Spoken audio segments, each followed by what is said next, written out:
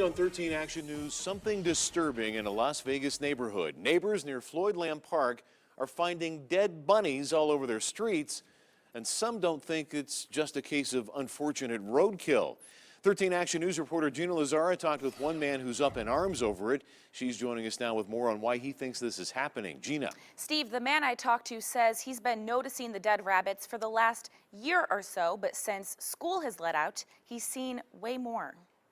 It's very frustrating and it's very concerning, and yeah, it's emotional. Sure, it's emotional. Frank Lewis points to the spot where he last saw a lifeless rabbit laying in the street. A lot of my neighbors enjoy having them within their yards. A lot of my neighbors put out food for them, but I guess maybe some people are trying to kill them. Frank says he's seen a handful of dead bunnies in his neighborhood just in the last few weeks. He and his neighbors believe the rabbits are being shot to death. This is something that's happening in a residential community that my neighbors and I believe should not happen. Frank says since school let out, it's been happening more, and he can really only think of one reason why. Do you believe that it's probably kids, older kids, if you will, that are doing this, and they need to be corrected? Frank and his neighbors are so disturbed they've contacted the HOA president about the issue, as well as the Nevada Department of Wildlife. They're like, well, it looks like they were run over. Well, of course they were. After they were shot, somebody ran them over.